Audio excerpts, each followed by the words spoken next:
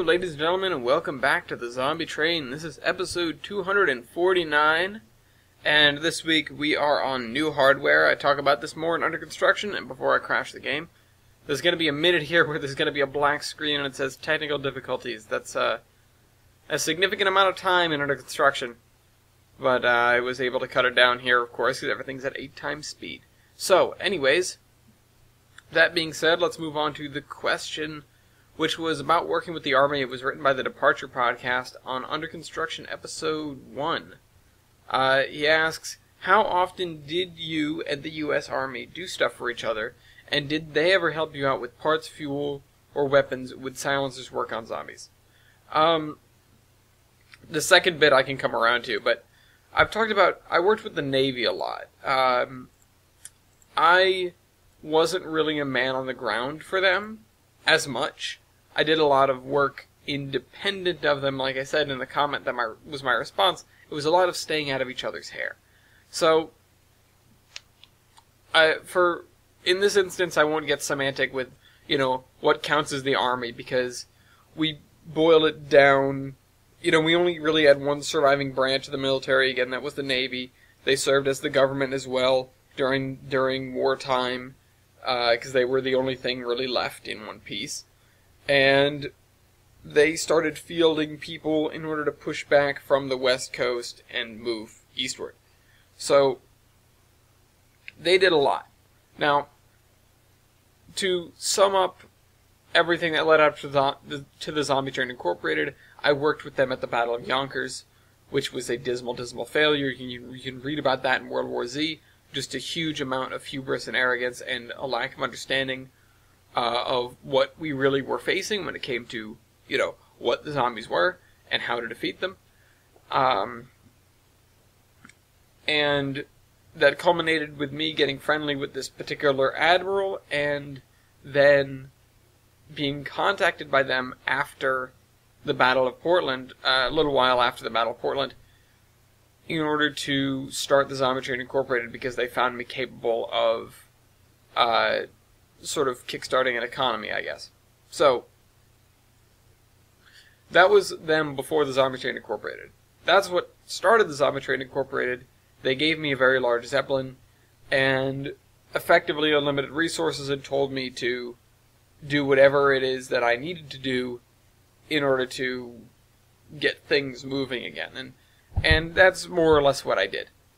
I didn't stay out west for a very great length of time, which meant that the ground forces that were killing zombies and taking back locations were generally not where I was. And that meant that we didn't have a lot of overlap with what we were doing. However, there were times where they needed, you had a division that was disconnected, someone that had gone pretty far forwards. There was a group on the edge of the plains. I think they were in far western Nebraska or far western Kansas, and they were running out of supplies, and we were the closest people because we were, I think, close to St. Louis. We had a number of places out there that were quarrying or gathering clay and stuff like that from river sediment that we were using to build bricks to build buildings. But we were out there, and there was this contingent that was cut off. They no longer had a supply line, and so we did help them. We brought them supplies, and we evacuated some of them. And then there was the flip side where we were out. I mean, admittedly, there's the entire deal with Marias Pass, which I've talked about this whole book about that. But aside from that, there was an instance. I mean, Firefall, I guess you could count it, but we were helping something that was sort of military. And then what else? There was definitely an incident where we were stranded, and they brought us parts. They did bring us a part. They manufactured a rod for us and brought it out to us. We had a bearing failure. I guess you could call it a bearing failure.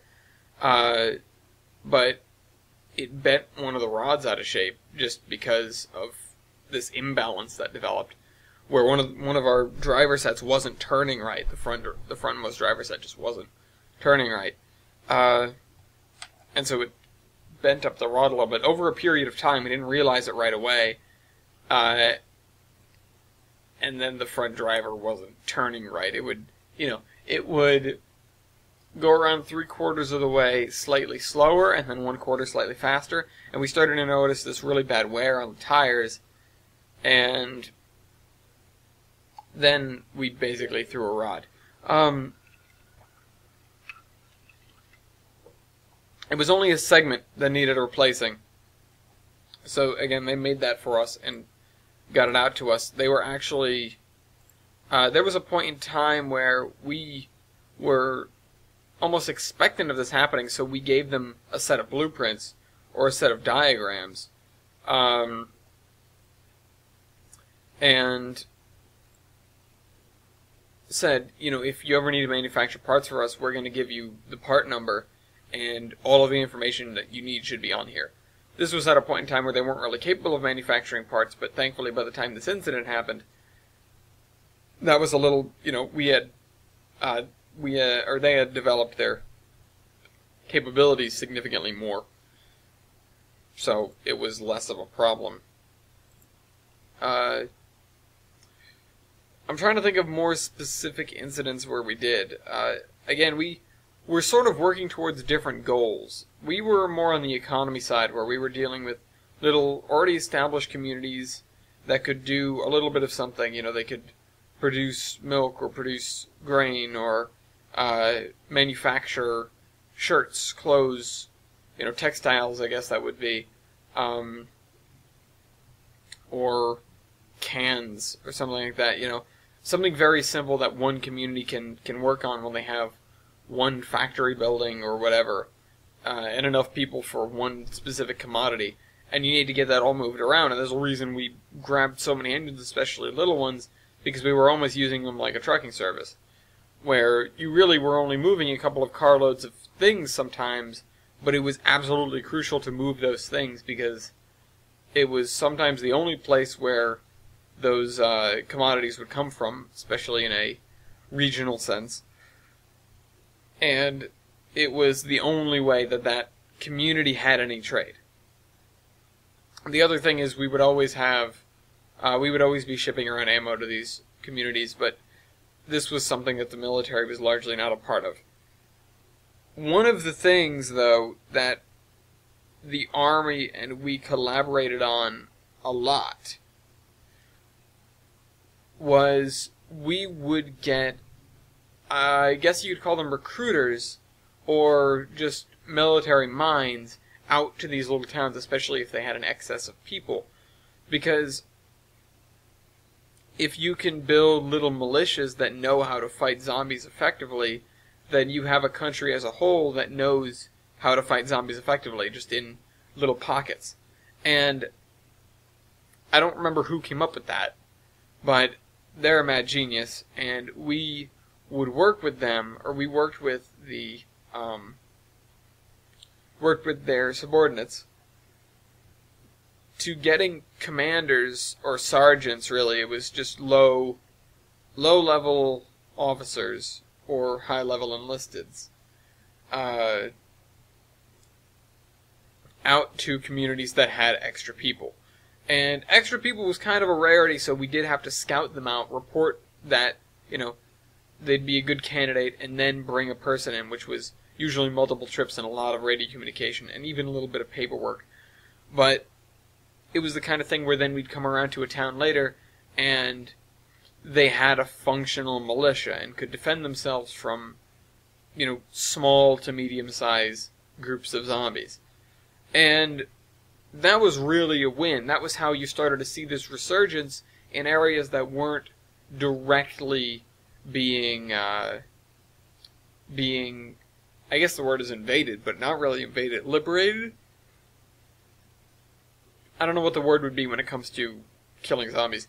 But cleared by the army. And usually, and this was the wonderful part, usually the commander would train somebody else in their place. And, that information wouldn't necessarily be 100% passed down as well as it could be. But they would train somebody else, and they would serve as commander, and then we would take the original commander to the next place. And sometimes we'd have, 2 or 3 of these guys on board, where we wouldn't have to do the back and forth on the paperwork if we ran across a place where the people seemed interested, because the military guys would always get out and sort of, give a little speech, or just talk to some townspeople about, hey, this is a thing we're trying to do. Do you think you've got people in town that would be up for this? And if they hit it off, we'd just sort of leave them there. And that would be that. Work would be done, and we'd carry on, and we'd get a radio message later that, hey, I'm available to be picked up. Or,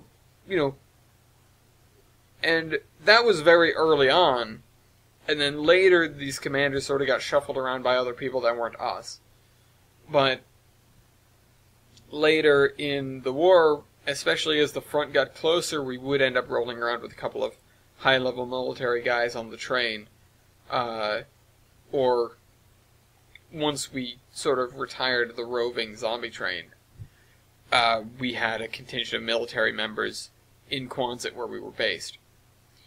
A couple of lower generals, admirals, that sort of thing.